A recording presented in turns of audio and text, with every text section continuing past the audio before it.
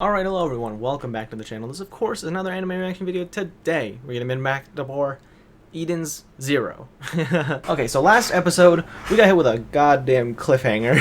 Cliffhanger and a half. The professor that we were looking for on planet Nomura, I think, was it called? Or Norma, that's what it was. Not only... So we're Shiki and Rebecca are there looking for Professor Weiss, I believe, who is... may or may not be alright. I have no idea what's going on with him. He's in the OP, but we've got another guy, the blonde guy, who's Professor Weiss, who, based on the OP in ED, I believe, is good at machinery, like Professor Weiss is. So right now, what I'm thinking in my head is that he's like an apprentice who's taken on his name, sort of thing. Or maybe it's a de-aging thing. I don't fucking know. Because in the flashback with Rebecca and Happy, the gray-haired Professor Weiss guy, I assume that's him, was in that flashback, but I didn't see the blonde-haired guy. But either way, that's where we're at right now. Elsie is potentially on her way there right now. I wonder... they're gonna meet 100%, but I wonder how much longer that's gonna be. It's like Professor Elsie's looking for... Not Professor. Princess Elsie is looking for Shiki, and they're sort of like one step behind all the time. I wonder how long that's going to be a joke where it's like they get there and they're like, have you seen this person? It's like, oh, they were just here, but they're going probably this way, I think. Type deals. But who knows. Either way, before we get into this episode, if you like Eden Zero and you want to see more Eden Zero reactions, make sure to press the like button and subscribe, hit the notification bell so you don't miss a single Eden Zero upload in the future. With that all being said, as always, link in the description below will take you to BitChute, where you'll find the full-length uncut reaction, so you can go there, come back to YouTube to watch a discussion after you watch it there. I'm trying for 2 episodes, episode 4 and 5. Who knows? Because I've really enjoyed this show so far, so I personally just want to watch 2 episodes in a row. Yeah, so that all being said, let's get started. Episode 4 of Eden Zero. Oh right, I didn't even mention. That's right. There was that fucking cliffhanger with the 20,000 years in the future. I don't know what in God's name what that's gonna mean yet in the future, but holy shit, that's gonna be interesting. Either way, now we're getting started with episode 4 of Eden Zero. That's what we're on, right? Episode 4. Am I insane? I need to go check. Okay, so this episode was amazing. As you could probably tell throughout my reaction, I love this episode so much. So much was happening. Even though they're leaving out a lot of specifics on how this whole time travel shit is going down, I don't particularly mind it so much. Because as much as I would like a bit more explanations, maybe they will give it in the future. Maybe it'll just be one of those things that's like, who cares? Let's just keep going. I think I'll be fine with either one of them. Because I'm so invested in this show right now. Like, the fact that and to be fair, I don't know most of the discourse surrounding around this series because I don't look into that sort of thing. Technically, from what I know, YouTube is considered social media, but I consider it to be entertainment over anything else. But even then, I have no other forms of social media. I don't particularly care for it. I do use Reddit sometimes, like occasionally when I'm bored and I want to look at stuff. But other than that, I don't touch any other social media with a 10-foot pole, like especially Twitter. I used to have Twitter, but I fucking hate that. I fucking hated it. But from what I understand, not only here Mashima himself, but even Eden Zero gets shit so much online, and honestly, I don't get it. This is so cool. Even if it's not like the deepest series, like it doesn't have a deep story. It's not as like, you know, exciting, amazing anime action shit. You know, it's so cool. It's so much fun, and I just seeing how much I'm enjoying it right now. I'm excited to see what's gonna happen in the future because I was not expecting time travel. Like, I'll be the first to admit, time travel is hard to pull off well in stories. My favorite time travel thing ever has got to be Steins Gate. Obviously, Steins Gate is amazing. And I can't think of very many other times time travel's been done well. Because time travel's hard to do. Time travel's hard to... Dorohedoro. I also think the time travel is pretty well done. But then again, I can be hypercritical about things sometimes, but other times I just like the things that I like, and I don't really feel like explaining myself, or I don't know how to explain myself. But this is so much fun. The twist that they went back in time is fucking insane. I was not expecting it. And again, I'm sure in a more like articulate and critical mind than me, this is the worst twist possible because it raises so many more questions than it answers. But I don't even care because I'm emotionally invested now. They got me good. I'm hooked now. So I'm really excited to see how this is going in the future. Again, I kind of figured that Pino would be from the future. But then that raises so many questions. Not only does he say, "This is mine, I'm not giving it to anyone," which, to be fair, that's probably what somebody would say in that situation with the money. The fact that they're putting emphasis on it, I don't know, it just makes it kind of feel like he knew it was Pino. He probably didn't, based on his reaction later on when Pino actually shows up. But it's just, it's one of those mysteries and like things I have to speculate on right now because I just don't know yet. But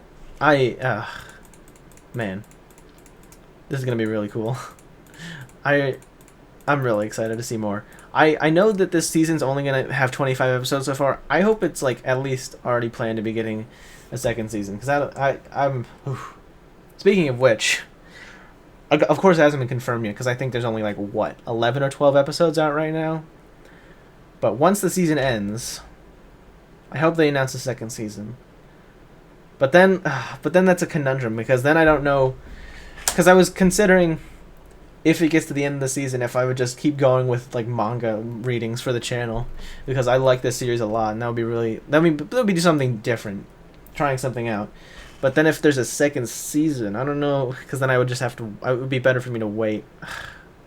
Either way, this has got me so excited. I'm gonna do another episode for this video because the fact that they left me on that fucking cliffhanger, I gotta watch it. As long as it doesn't hit me with another cliffhanger in the next episode, we'll be fine. We'll be Gucci. All right.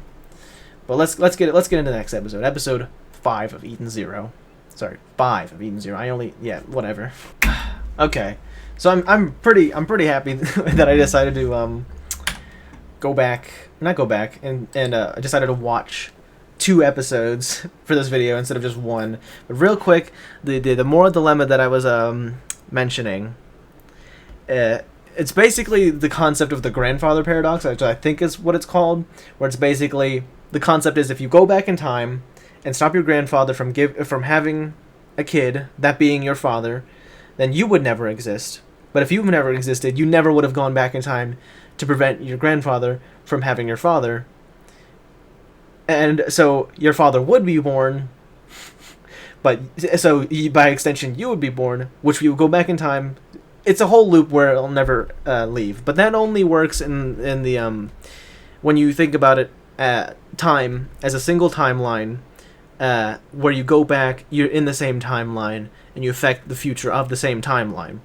Which, yeah, if you think about it, time travel in that certain way with only one singular timeline, it doesn't make any sense, because anytime you go back in time to change something so that something in the future doesn't happen, that means the you in that future that goes back in time wouldn't exist, so that means you would have never gone back in time to change the thing in the timeline. And that whole paradox, to my understanding, is solved by the idea of multiple timelines, where instead of just there's like 2 timelines parallel. Time travel isn't going back in time in the same timeline, it's going back in time but also jumping to a different timeline. So the things you change in the new timeline will remain, it won't be an infinite loop, and also it won't affect the original timeline. If that makes sense. If any of that makes sense. That's basically the concept. And so with that in mind, even without the grandfather paradox, assuming the grandfather paradox works, with that in mind, if I had the option to go back in time to stop, say, 9/11 or the Holocaust, I wouldn't do that because it wouldn't accomplish anything, because preventing those things would most likely prevent in my birth, or will prevent something that results in the me that would want to go back in time to prevent those things. So therefore, I wouldn't go back to prevent those things, so therefore those things would happen. But the other thing is that if there are multiple timelines, that would most likely mean that there's infinite timelines, which not only means that no matter what, there will always be a 9/11 or a Holocaust or something even worse happening in a different timeline you can't do shit about. So really, it's not worth trying to solve, because you fucking won't. I'm sorry if you don't want to hear it, but that's just the truth. Don't think about it too hard. I don't, even though I know about it. So, but even then, the question posed when anyone ever says, if you could go back in time to change one thing, what would you do? My answer is always no. Because then there's a question in my mind is, what if we're living in the best possible timeline? What if preventing those tragedies before will make something worse happen in the future that'll make the timeline even worse than it is? It seems terrible now with the fucking pandemic and all the shit that happened in the past, but what if this is the best that we're gonna get? Like, it could always be better, but it could always be so much worse. You know what I mean? So, that's explaining something that's completely off topic. I apologize. You probably skipped or closed up the video. I'm sorry. But this episode was really cool. Once again, I'm really glad I decided to watch this. I'm still super interested in how they're going to go with the whole messing around with past events. Because then they'll have, if they go with the multiple timelines thing, it's a mess. I'm still going to watch the show and enjoy it for what it is, but it's something worth, thinking about, at least for a little bit. Man, this show did in 2 episodes, even, actually, technically, 3 episodes, including the episode with, that explained Rebecca and Happy's backstory. This show did so much better in 3 episodes than Detroit Become Human could do in an entire video game. And that is making me, making the concept of robots and androids being more than just machines and can be possible of having hearts and humans and stuff like that. Which reminds me of the whole heart theme in Bleach, in the Arrancar arc with Ulquiorra, which was also really great. So, yeah, amazing. Good job. You did it. You made me feel feelings and you made me enjoy this show. Good job. I like it. I really fucks with it. Only thing I probably didn't like about this episode, which is, real quick, nothing wrong with fan service. I don't have a problem with sexy anime women. I welcome it. Rebecca's very attractive. I like her. I don't know. It didn't. I won't say it ruined the moment because I wasn't mad about it. But they went straight from all these tense moments, this emotional moment where Shiki was realizing how powerless he can be, and how if he doesn't try to improve himself so he can be powerful enough to protect his friends in the future, then what was I saying? Basically, he's having this whole existential moment. Happy, Pino, and Wise are being chased. And then just full on Rebecca's fat ass. Yeah, no, it was a jarring turn. Maybe it was just to lighten the mood a bit because we were getting pretty serious. I don't think that's necessarily necessary, but I'm not particularly butthurt about it. Wink, wink. You get it? Anyway, again, really great episode. I'm really excited to see more of Elsie. I don't know how. Maybe it's gonna be a running joke for this entire series that Elsie will never meet Shiki. She will. I know, but it's something, right? Anyway, that was so great, and you know what I kind of like about it is they didn't. I don't think they didn't explicitly say it out loud that Shiki in this moment when he was trying to fix the robot that looked like Michael, they didn't explicitly say. They didn't explicitly have like an internal monologue where he was going like, I'm so powerless to save my friends. I need to get stronger to do that. Maybe he'll have a speech about it later, and I just need to get there first. But if they don't, and even if they do, the fact that they're not doing it now, they're just letting this scene, speak for itself, and having Shiki and having it so that the audience has to interpret that themselves just by like looking at his face and the way he's moving and the way he was kind of trembling. I think he was from my. I think that's so good, and I think that's indicative of a writer who knows what he's doing. I think I want to give Mashima the benefit of the doubt. Everyone talks shit about him, but so far everything he's shown me, I think he's a good writer so far. I like him. I like his work. I think he's doing a good job. Maybe it's just Eden Zero. Maybe Fairy Tail's worse because it was a series before and he's improved or something like that, but I think he's doing a good job.